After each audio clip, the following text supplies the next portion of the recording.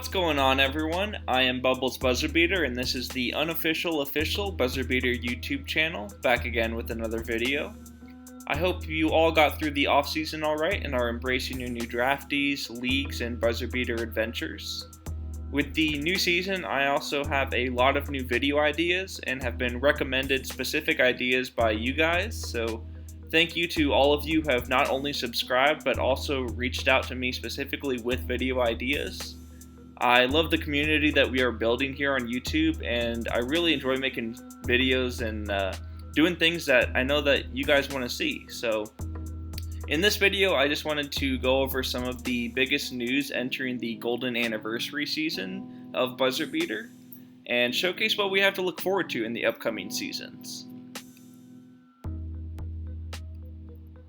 So first and foremost, I wanted to express how happy I am that the server downtime has passed and the server migration has happened. As many of you know, in the past few seasons specifically, server speed and stability was a major issue, and this is very promising to have now switched over to the other server. While there still seems to be a few hiccups every once in a while, the site speed has been much better for me, and I think that this will allow Marin and the other BuzzerBeater developers to spend some time working on other aspects of BuzzerBeater. In addition to this, I wanted to give the biggest shout out I possibly can to BB Will, formerly known as GM Trust the Process. And Will runs the social media pages for BuzzerBeater and does an incredible job. On top of this, he is always excited about the videos that I'm creating and constantly shares them for all of you to have easy access to. So he's been a huge help, and we are all really lucky to have him. So big shout out to Will. Now, one of the biggest reasons I was happy that the BuzzerBeater developers can now spend more time on the other aspects of BuzzerBeater, not just fixing site speed and stability issues, is because of the much anticipated BuzzerBeater app that we have been anxiously waiting for. The BuzzerBeater app was first brought up at the beginning of 2019 in Season 45, and it seems like the developers have been moving slowly but steadily during all of 2019, and things were looking promising. So in Season 45 through 48, we kept getting small updates, nothing really major, but a small update saying that the app was still in progress.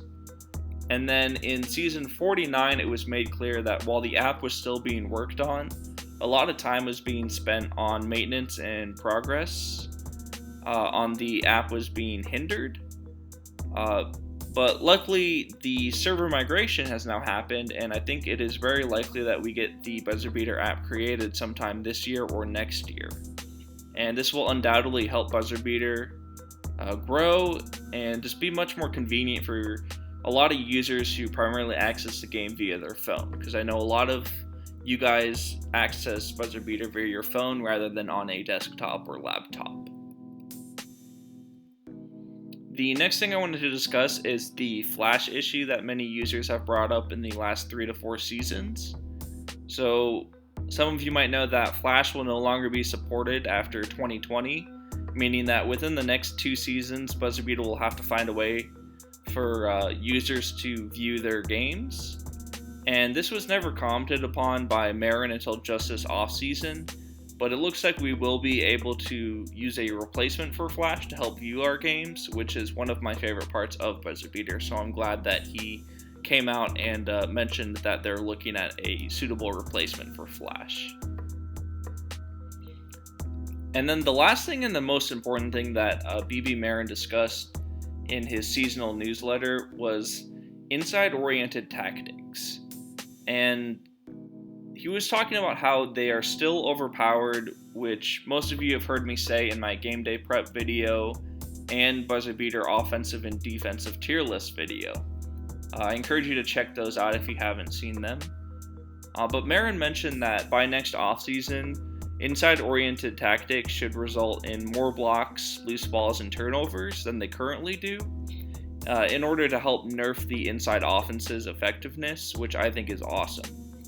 He also said that he'll be looking at getting shooting percentages closer to what they are in real life, and these will be tested in scrimmages and private league matches.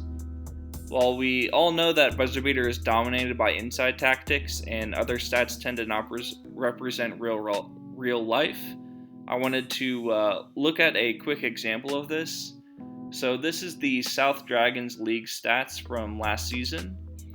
And the South Dragons won B3 last season, as well as their league and cup in the Netherlands. And they are one of the top teams in the world right now, so this is what their percentages and per game numbers looked like for last season. While the South Dragons built a super team last season and had one of the best rosters in BuzzerBeater, they still shot only 32.6% from 3, which would currently put them last in the NBA behind the Atlanta Hawks, who shot 33.3% from 3. And then even with this low percentage from deep, however, the South Dragons still shot an astounding 47.8% from the field, which would have put them second place in the NBA. And this just kind of showcases the imbalance between inside shots and outside shots in BuzzerBeater. And if you're curious, both the Lakers and Bucks shot about 35.5% from 3. In addition to this, despite being an elite offensive team, the Dragons only averaged 102.5 points per game, which would put them once again last place in the NBA behind the Hornets. And in the NBA, the top 20 teams all average over 110 points per game. So that's just kind of where you see that discrepancy where BuzzerBeater teams are scoring much less points than you see in the NBA and other high basketball leagues. Another stat that stood out to me was that the Dragons averaged over 58 rebounds per game, which would have led the NBA by roughly 6.5 rebounds compared to the Bucks, who currently lead the NBA. And this indicates how many missed shots there are in BuzzerBeater, and kind of explains why shooting percentages may need to be buffed. And then the last thing that I noticed was the turnover numbers. The Dragons averaged a very low 9.9 turnovers per game, and some of this is due to the fact that they're just a very dominant team, but it's still 2 less than the San Antonio Spurs, who led the league with the fewest turnovers. So I think buffing the amount of turnovers when teams are going inside is probably a good thing as well. In my game day prep video, I discussed how game day prep helped revolutionize BuzzerBeater and force people to better diversify their offenses. And while game day prep does certainly help counteract inside offenses' dominance, it wasn't a true fix. This, on the other hand, if outside and neutral offenses, including jump shot percentages and 3-point percentages, are buffed, and then along with the fact that if inside offenses are slightly nerfed by increasing the amount of blocks and turnovers that occur when teams focus inside, then I think that this could actually be a real long-term fix and resolution to the imbalance in BuzzerBeater, rather than the game day prep, which is just kind of putting a band-aid over a more serious issue, where it helps, but it doesn't really solve the issue. But I think this could actually be a long-term fix. So I've been around BuzzerBeater since season 18, and there's always been things that I've loved about the game, but also some things I didn't like about the game. And it is just such a promising time going forward now that the issues and fears that I had about BuzzerBeater in the last year or two are all being addressed. And it looks like season 51 through 100 could be even better than the first 50 seasons of BuzzerBeater. So I can't wait to see what BuzzerBeater's future holds, and I'm excited to get to spend it with all of you. For now, I hope you enjoy the start of season 50. Please like and subscribe. Let me know if you have any video recommendations, and I'll see if I can fit them into my plans. And I'll talk to you all very, very soon. Peace.